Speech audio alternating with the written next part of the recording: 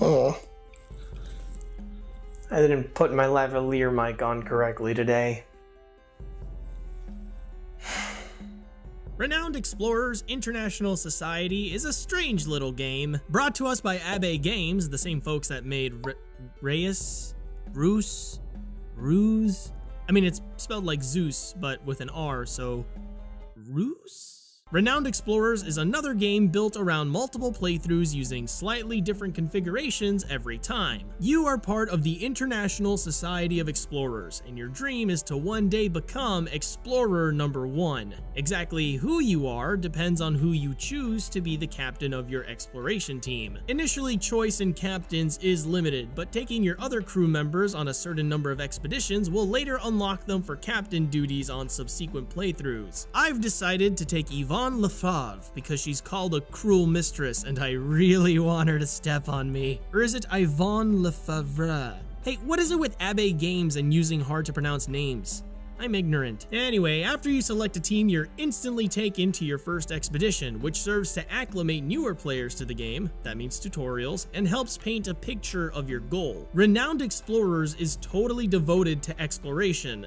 I mean, it's in the name. Why do I keep saying the obvious? Every expedition takes place in a different location resembling a board game, and each space has the promise of having any number of goodies, from treasure to bring back to the society, to artifacts you can research, to lucrative wealth to fund further expeditions. Your goal is to reach the main point of interest while at the same time traveling the area, making discoveries, and interacting with locals without running out of supplies on the way or running out of resolve. Think of resolve like 1-ups. When a teammate falls in battle, or when you fail an important event, you'll lose resolve as a result, and hitting 0 means game over. Running out of supplies weakens your team's stats and makes it easier to lose resolve, so it isn't the safest idea to be exploring without any. But how and what you choose to waste your supplies on is entirely up to you. Your team is made up of individuals with their own skills and expertise, and might be better suited to diplomacy or bargaining prized possessions off of locals than they would be excavating for buried artifacts. Similarly, you might have a very athletic team that can climb into abandoned waterfall caves or avoid all the traps in an ancient tomb. Every space on the map you discover will tell you in advance what type of ordeal your team might encounter if they travel there, so naturally you want to go where they're more likely to succeed. Success isn't always a guarantee though. For every event you have to select a member of your team, and the amalgamation of their skills becomes a percentage of how likely they are to accomplish it. I don't like this.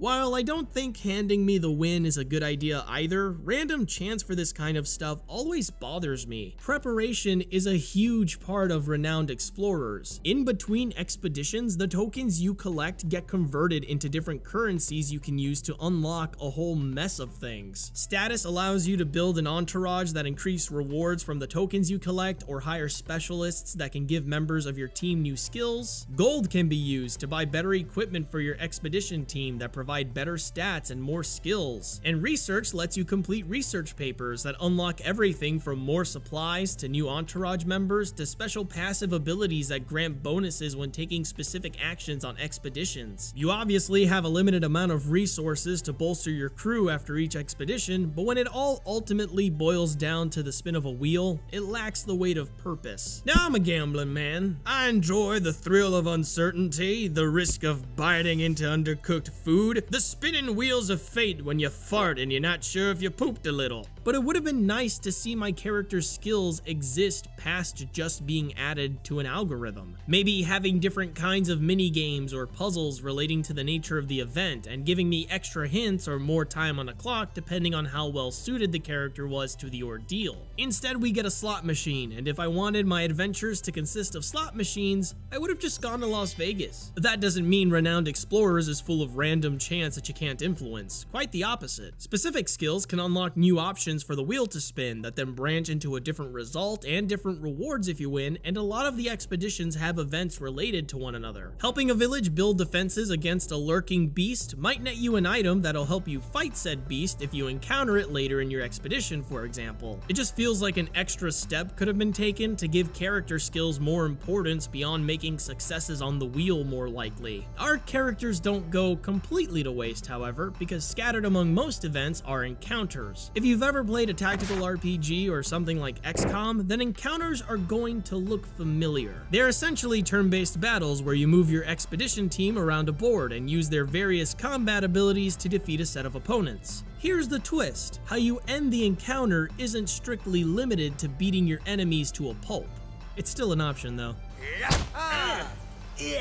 Renowned Explorers uses what it calls the mood system. Every combat ability in the game belongs to one of 3 types of attitudes: friendly, devious, and aggressive. Both sides in an encounter have their own attitude that changes depending on what kind of abilities they use against each other. Every combination creates a different mood that affects your team's stats in various ways, and since each attitude is strong against one but weak against another, you always want to switch to the attitude that'll give you positive bonuses in combat. But ending an encounter with your team set to a particular attitude also changes the outcome of the event that it's tied to, and can even affect you in later encounters down the road. So at the same time that you're trying to win the encounter by switching attitudes to gain the upper hand, you're also worried about ending the encounter on the attitude that you want.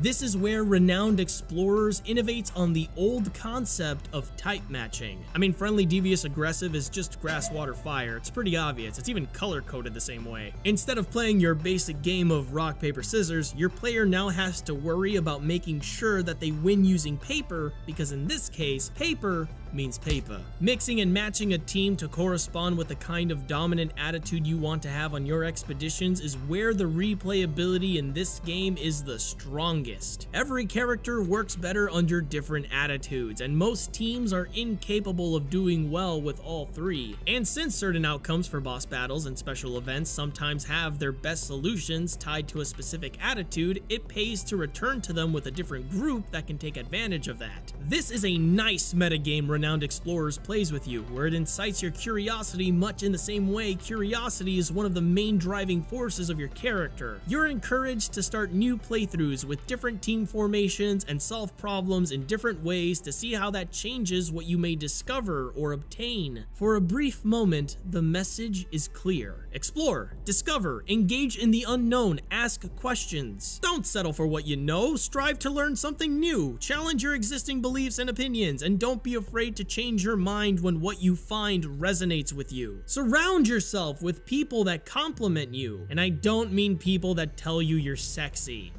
but you are appreciated. Make friends with those who are different than you, with individuals whose strengths are your weaknesses, with people who will provide you with a fresh perspective in a situation that could very well be life and death. But there's an issue with this message and execution. There's only 3 different attitudes. Here's where Abe Games, again, struggles to make new playthroughs compelling to take on. Nothing you do in Renowned Explorers carries over into the next game, except knowledge. For a game that wants you to embrace curiosity and seek adventure, Renowned Explorers gets monotonous awfully fast. On my 2nd, 3rd, 4th, and certainly by the 5th playthrough, I'd seen most of what the game had to offer. I'd been to every possible location, done most of the events in each one, and even became the world's most renowned explorer twice. 2-time champ. All-time hero.